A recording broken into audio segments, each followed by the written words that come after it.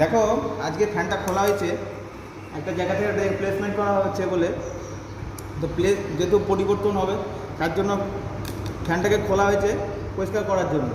তো এই পরিষ্কার করতে গিয়ে একটা জিনিস তোমাদেরকে বোঝায়, অনেকের প্রশ্ন থাকে যে ফ্যানটা ঘুরছে কী করে ঘুরছে, কি কি থাকে একটা ফ্যানের মধ্যে।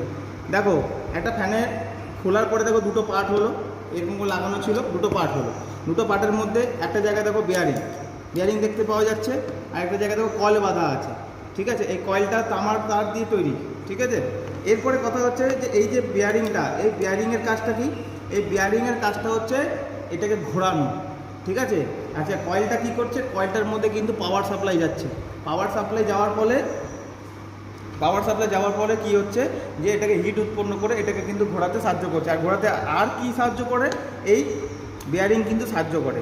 ঠিক আছে, এই বিয়ারিংয়ের মধ্যে আমরা যারা টেকনিক্যাল আছে তারা জানো ভালো করে যে বিয়ারিংয়ের মধ্যে কীভাবে বিয়ারিংটা তৈরি হয়। এইগুলোকে কেজ বলা হয়।